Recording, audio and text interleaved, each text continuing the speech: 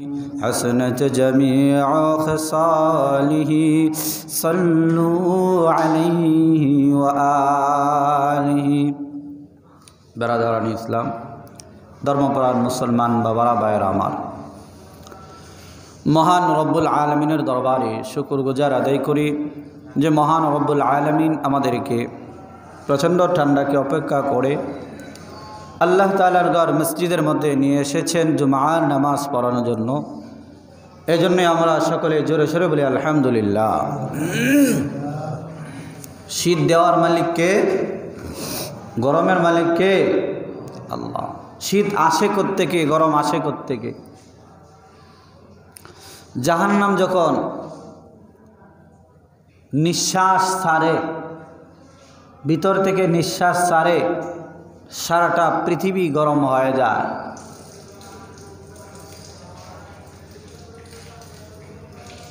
আর যখন নিঃশ্বাসটা আবার ভিতরে নেই, শীত হয়ে যায়। তো এজন্য গরম এটা আল্লাহ তাআলা দেয়, শীত এটাও আল্লাহ তাআলা দেয়। গরমেও মানুষ মারা যায়, শীতেও মানুষ মারা যায়। তো কে কখন মারা যায় এটা কেউ বলতে পারে না। আজকে রজব মাসের 2 তারিখ। তো এই তারিখটা কিন্তু অনেকেই জানে না, কোনো হিসাবও রাখে না, কিন্তু ইংরেজি কত তারিখ এটা সবাই জানে। রাত 10টা থেকে নিয়ে 12টা পর্যন্ত, 1টা পর্যন্ত আতশবাজি আর বোমার মতো আওয়াজ হয়, ফুটাইছে। এই যে এরা ফুটাইলো, এরা তো মুসলিমের সন্তান, মুসলমানের বাচ্চাগুলি এই কাজগুলি করেছে। ইহুদি খ্রিস্টানদের কৃষ্টি কালচারে তাদের ভিতরে ভরপুর হয়ে গেছে।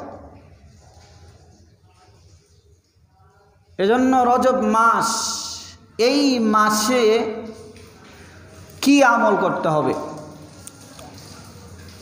নবীজি কি আমল করেছেন? রজব মাসের পরের মাসের নাম শাবান মাস। জোরে বলেন, কি মাস? শাবান মাস। এর পরের মাসের নাম রমজান মাস। তাহলে রমজান মাসের আর বেশি দেরি নাই। এজন্য নবীজি একটা দোয়া করতেন, আমরা সেই দোয়াটা করব। আল্লাহুম্মা বারিক লানা ফি রজব ওয়া শাবান ওয়া বাল্লিগনা রমাদান। আল্লাহুম্মা বারিক লানা, আল্লাহ আপনি আমাদেরকে বরকত দেন। ফি রজব ওয়া শাবান, রজব এবং শাবান মাসে, ওয়া বাল্লিগনা রমাদান, এবং আমাদেরকে পৌঁছে দেন রমজান মাস পর্যন্ত। বলেন, রজব মাস শুরু হওয়া থেকে রমজান মাস পর্যন্ত মানুষ মারা যাবে কি যাবে না? যাবে। হাজারো হাজার লাখ লাখ মানুষ মারা যাবে সারা পৃথিবীতে। এজন্য কে কখন মারা যায় এটা বলা যায় না। প্যারা হাবিব সাল্লাল্লাহু আলাইহি ওয়াসাল্লাম এই দোয়াটা শিক্ষা দিয়েছেন যে আল্লাহুম্মা বারিক লানা ফি রজব ওয়া শাবান ওয়া বাল্লিগনা রমাদান। বেশি বেশি করে এই দোয়াটা পড়তে হবে, বেশি বেশি করে। যেটা আমরা বলি বলার জন্য, করার জন্য, এটা মানুষ করে না। যেটা না করি, যেটা করিও না, এই কাজগুলি মানুষ বেশি করে। কথা বলেন ঠিক না ঠিক? এই যে দোয়াটার কথা বলছি, শতকরা 95 জন বলবে না মনে হয়, 5 জন বললে বলতে পারে। আর ওই যে দিন পালন করা যাবে না, শতকরা 95 জনে এটা পালন করে, আর 5 জন এরা কোনো মতে না কইরা থাকে আর কি। তো পরিস্থিতিটা এমন হয়ে গেছে, যেটা না করা হয়েছে, আল্লাহ তাআলা নিষেধ করেছেন, নবী নিষেধ করেছেন, এটাই মানুষ বেশি করে। যেটা আদেশ করেছেন এটা কম করে। কারণ জান্নাতের রাস্তা দিয়া যখন মানুষ যাবে হাজারে একজন যাবে, আর জাহান্নামের রাস্তা দিয়া যখন যাবে 999 জন যাবে। তাহলে এবার চিন্তা করে দেখেন। তো সূরা মারইয়াম 19 নম্বর সূরা, এই সূরাটা একটা বরকতপূর্ণ একটা সূরা। আল্লাহ তাআলা এই সূরাটা দিয়ে একজন নবীর মা মরিয়মের পবিত্রতা বর্ণনা করেছেন। সুবহানাল্লাহ। এলাকার মানুষেরা অপবাদ দিয়েছিল, কিন্তু আল্লাহ তাআলা তা প্রমাণ করে দিলেন এমন জায়গায় কিয়ামত পর্যন্ত তার প্রমাণ মানুষ পড়তেই থাকবে আর শুনতেই থাকবে। আর এই সূরাতে আল্লাহ তাআলা প্রমাণ করে দিলেন যে আমি আল্লাহ পিতা ছাড়া শুধু মায়ের মাধ্যমে সন্তান দিতে পারি। সুবহানাল্লাহ। বলেন আমাদের জমানায় যদি কোনো মেয়ের বিবাহ ছাড়া সন্তান হয় তারে আমরা ভালো মহিলা বলি না, খারাপ মহিলা, নষ্ট মহিলা বলি। কেন? বিয়ে ছাড়া সন্তান নিয়েছে। কিন্তু মারইয়াম আলাইহিস সালাতু ওয়াস সালাম বিয়ে ছাড়া সন্তান, কোনো পুরুষও তাকে স্পর্শ করে না, তারপরেও সন্তান। আল্লাহ তাআলা এটা প্রমাণ করে দিলেন। হযরত মারইয়াম আলাইহিস সালাতু ওয়াস সালাম যেখানে থাকতেন অমৌসুমি ফল আল্লাহ তাআলা জান্নাত থেকে পাঠায়া দিতেন। সুবহানাল্লাহ বলেন না। অমৌসুমি ফল যেটার মৌসুম নাই, এমন ফলগুলি আল্লাহ তাআলা খাওয়াইতেন হযরত মারইয়াম আলাইহিস সালাতু ওয়াস সালামকে। হযরত মারইয়াম আলাইহিস সালাতু ওয়াস সালামের ছেলের নাম কি বলতে পারেন? ঈসা আলাইহিস সালাতু ওয়াস সালাম। ছেলের নাম ঈসা আলাইহিস সালাতু ওয়াস সালাম। হযরত মারইয়াম আলাইহিস সালাতু ওয়াস সালামের মায়ের নাম কি জানেন? হযরত হান্না। ঈসা আলাইহিস সালাতু ওয়াস সালামের নানির নাম কি? মারইয়াম আলাইহিস সালাতু ওয়াস সালামের মা যদি হান্না হয়, তাহলে মারইয়াম আলাইহিস সালাতু ওয়াস সালামের সন্তান ঈসা আলাইহিস সালাতু ওয়াস সালামের কি লাগে? নানি। কি লাগে? নানি। ঈসা আলাইহিস সালাতু ওয়াস সালামের নানির নাম হলো হান্না। তো এই সূরাটা আল্লাহ তাআলা দিয়েছেন মানুষের জন্য একটা নিদর্শন বানায় দিয়েছেন, যে মানুষগুলি যাতে বুঝতে পারে যে আমি পিতা ছাড়াও সন্তান দিতে পারি। সুবহানাল্লাহ বলতেন। পিতা ছাড়া সন্তান দিতে পারে। এটার ইতিহাস বিস্তারিত ইতিহাস, লম্বা ঘটনা। তো শুরু থেকে আল্লাহ তাআলা এমন একটা কথা বলেছেন যেটা অর্থ আজ পর্যন্ত কেউ বের করতে পারে নাই। কি? কাফ হা ইয়া আইন সাদ। এটা হলো গোপন রাজ। এটা কি অর্থ নিছেন এটা আল্লাহ তাআলাই জানেন, আর কেউ বলতে পারে না। যিকরু রাহমাতি রাব্বিকা আবদাহু যাকারিয়া। যিকরু রাহমাতি রাব্বিকা আবদাহু যাকারিয়া। যিকরু রাহমাতি আল্লাহর পক্ষ থেকে রহমত, রাব্বিকা আবদাহু তার বান্দা যাকারিয়া।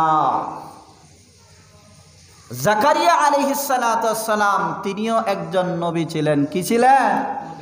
নবী ছিলেন। জাকারিয়া আলাইহিস সালাতু ওয়াস সালাম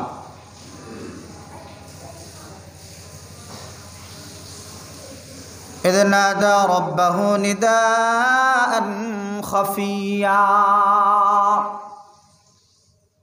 إذ نادى যখন তিনি ডেকেছিলেন রব্বাহু তার প্রতিপালক প্রভু আল্লাহকে নিদাআন খাফিয়া গোপনে নির্জনে ডেকেছিলেন। সুবহানাল্লাহ কইতেন না? কে কাকে ডাকছিলেন? হযরত জাকারিয়া আলাইহিস সালাতু ওয়াস সালাম গোপনে আল্লাহকে ডাকছিলেন নিদাআন খাফিয়া। গোপনে আল্লাহ তাআলাকে ডেকে কি বলছিলেন? ক্বালা রাব্বি ইন্নী ওয়াহানাল আযমু মিন্নী ওয়াসতা'আলার রা'সু শাইবা ওয়ালাম আকুম বিদুআইকা রাব্বি শাকিয়া। গোপনে আল্লাহ তাআলাকে ডেকে ডেকে বলছিলেন ক্বালা রাব্বি ইন্নী ওয়াহানাল আযমু, হে আমার প্রতিপালক, ইন্নী ওয়াহানাল আযমু মিন্নী ওয়াসতা'আলার রা'সু শাইবা, ও মালিক আমি তো দুর্বল হয়ে গেছি, আমার চুলগুলি সাদা হয়ে গেছে, আমার অস্থিগুলি দুর্বল হয়ে গেছে, মানে বড়া হয়ে গেছি।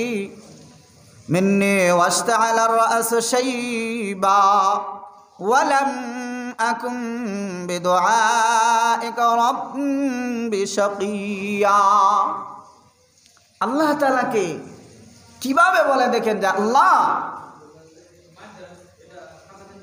বিদুআ, যে আমি কখনো দোয়া করে ব্যর্থ হয় নাই। সুবহানাল্লাহ বলেন।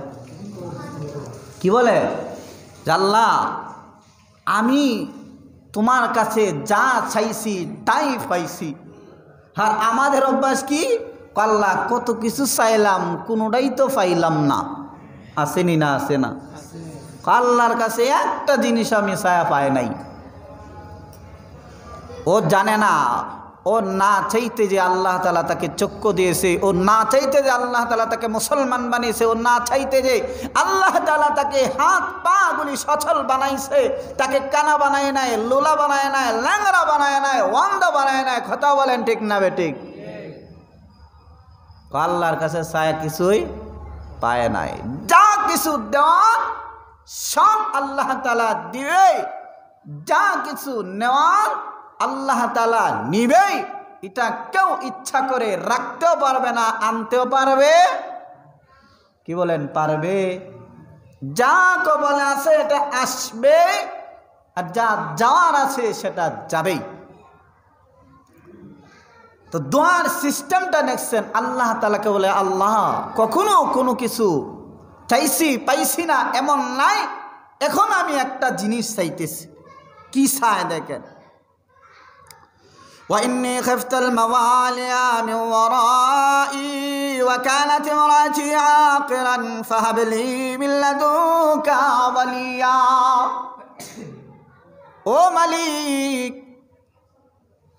আমি আশঙ্কা করি আমি যখন মারা যাব তখন আমার কালিমার দাওয়াত কে দিবে, দিনের দাওয়াত কে দিবে। আমি আশঙ্কা করি আমার চাচাতো ভাইয়েরা এই দিনের দাওয়াত দিবে না। এই জন্য একজন ওলিয়া চায়, একজন উত্তরাধিকারী চায়। সেটা আমার বংশকে উঁচু করার জন্য নয়, আমার নাম উঁচু করার জন্য নয়, তোমার কালিমার দাওয়াত মানুষের কাছে পৌঁছানোর জন্য। সুবহানাল্লাহ। দেখছেন? আর আমরা সন্তান চাই, একটা সন্তান হইলে আমারে খাওয়াইব, আমারে দেখাশোনা করব।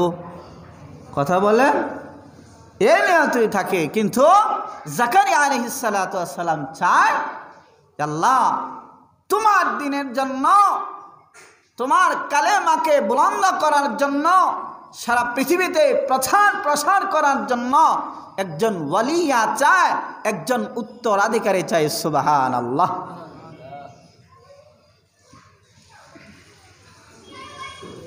ইয়ারিসুনি ওয়া ইয়ারিসু মিন আলি ইয়াকুবা ওয়াজআলহু রাব্বি রাদিয়া। আল্লাহর কাছে তো চায়, আবার শর্ত দিয়ে দিচ্ছে, আল্লাহ ইয়ারিসুনি উত্তর রেখে দিবা আমারে, ওয়া ইয়ারিসু মিন আলি ইয়াকুব এটা হবে ইয়াকুবের বংশধর থেকে। সুবহানাল্লাহ। ইয়াকুব আলাইহিস সালাতু ওয়াস সালামের বংশধর থেকে। ওয়াজআলহু রাব্বি রাদিয়া। আর তুমি যে দিবা ওই ছেলেটার ওপর, ওই উত্তরাধিকারের উপর অসন্তুষ্টি হইবা না, রাজি থাকবা, রাজি। তারে অসন্তুষ্টিজনক এমন কোনো কাজ করতে দিবা না, তুমি যেন তার প্রতি রাজি থাকো এইরকম বানায় দিবা। সুবহানাল্লাহ বলেন। আল্লাহর কাছে চাইতে হলে কিভাবে চাইতে হয় দেখেন, কোরআনে আল্লাহ তাআলা দিয়েছে, ইয়া যাকারিয়া ইন্না নুবাশশিরুকা বিগুলামিন ইসমুহু ইয়াহইয়া ওয়া লাম নাজআল লাহু মিন ক্বাবল সামিয়্যা। দোয়া শুননা আল্লাহ তাআলা কবুল করে ফেলছেন। সুবহানাল্লাহ বলেন। কোথায় গিয়ে ডাকছিলেন? নির্জনে, নির্জনে, একাকী গভীর রজনীতে, যেখানে আল্লাহ আর জাকারিয়া আলাইহিস সালাতু ওয়াস সালামই সম্পর্ক আল্লাহর সাথে লাগায়া দিছে। তো এই দোয়া যখন এতক্ষণ দোয়া করলো, আল্লাহ তাআলা তো শুনছেন, এমনকি কবুলও করে ফেলছেন। এবার আল্লাহ তাআলা বলতেছেন, ইয়া যাকারিয়া ইন্না নুবাশশিরুকা বিগুলাম। হে যাকারিয়া, নুবাশশিরুকা বিগুলাম, নাও সুসংবাদ নাও, একজন গোলামের সুসংবাদ। এখানে গোলাম বলতে ওই গোলাম না যেই গোলাম বাজারে বেচা কেনা হয়, এখানে গোলাম বলতে ওই গোলাম যেই গোলাম জাকারিয়া আলাইহিস সালাতু ওয়াস সালামের সুসন্তান হবে। এখানে গোলাম দ্বারা উদ্দেশ্য নিয়েছেন সন্তান, ছেলে সন্তানের উদ্দেশ্য নিয়েছেন। আল্লাহ তাআলা আর বলেন, ইসমুহু ইয়াহইয়া, এই নামটা আল্লাহ তাআলা নিজে রেখা দিয়েছেন। বলেন, হে জাকারিয়া, আমি যে তোমার একটা সন্তান দিব, ওই সন্তানের নাম রাখবা ইয়াহইয়া। সুবহানাল্লাহ বলেন। ইয়াহইয়া নাম কে দিছেন? আর জোরে বলেন, কে দিছেন? আল্লাহ। ইসমুহু ইয়াহইয়া, হে জাকারিয়া তুমি তার নাম রাখবা ইয়াহইয়া। লাম নাজআল লাহু মিন ক্বাবলু সামিয়্যা। ও জাকারিয়া শোনো, আমি যে তোমার এই নামটা দিলাম ইয়াহইয়া, পৃথিবীতে এই ইয়াহইয়া নামের পূর্বে আর কারো নাম নাই, আমি আর কারো নাম দেয় নাই ইয়াহইয়া। সুবহানাল্লাহ। তাহলে আবার দেখেন, আল্লাহ যার নাম দেয় ওর নামটা কত বরকতপূর্ণ হবে। অনেক মানুষের নাম আসেনি ইয়াহইয়া, ওই ইয়াহইয়া আলাইহিস সালাতু ওয়াস সালাম আসার পর থেকে নাম আসছে। এর আগে এই নামে কারণ নাম পৃথিবীতে ছিল না, এটা আল্লাহ তাআলাই বলে দিয়েছেন। قال ربي أنى يكون لي غلام وكانت امرأتي عاقرة। ওই যে নির্জনেই আছে, দোয়া করতেছে, আল্লাহ তাআলা কথা বলতেছে। এখন এটা শুই না জাকারিয়া আলাইহিস সালাতু ওয়াস সালাম কি বলে দেখো। জাকারিয়া আলাইহিস সালাতু ওয়াস সালাম বলে, قال ربي أنى يكون لي غلام। আল্লাহ কিভাবে আমার সন্তান হবে? ওয়া কানাত ইমরাতি আকিরা, আমার স্ত্রীটা যে বন্দা, অর্থাৎ আমার স্ত্রীর তো কোনো সন্তান হবে না, তাহলে কি করে আমার সন্তান হবে? ওয়াকাদ বালাগাতু মিনাল কিবারি ইতিয়া, আর আমিও যে দুর্বল, আমিও যে বার্ধক্যে উপনীত হয়ে গেছি, কিভাবে আমার সন্তান হবে? তখন আল্লাহ তাআলা বলেন, মরা গাছে ফুল ফুটাইতে আল্লাহ পারেন কি পারেন না? মরাটারে জীবিত করতে পারেন, জীবিতটারে মারতে পারেন। এটা কে? আরো জোরে বলেন কে? তখন আল্লাহ তাআলা এই কথা শুই না, কারণ নিজের দুর্বলতা প্রকাশ করলেন। আল্লাহ তাআলা এবার বলেন, ক্বালা কাযালিকা, আল্লাহ বলেন এভাবেই আমি আল্লাহ যারে দেয় এভাবেই দেয়, মরা গাছে ফুল ফুটায়া দেয়। قال ربك هو علي عين وقد خلقتك من قبل ولم تك شيئا, এভাবে আমি দিব। আমি আল্লাহ যাকে চাই তাকেই দিতে পারি, যেভাবে চাই সেভাবেই দিতে পারি। তোমার চুল সাদা হয়ে গেছে, অস্থি দুর্বল হয়ে গেছে, শরীরে শক্তি নাই। তোমার স্ত্রী বান্দা, এতে কি হয়েছে?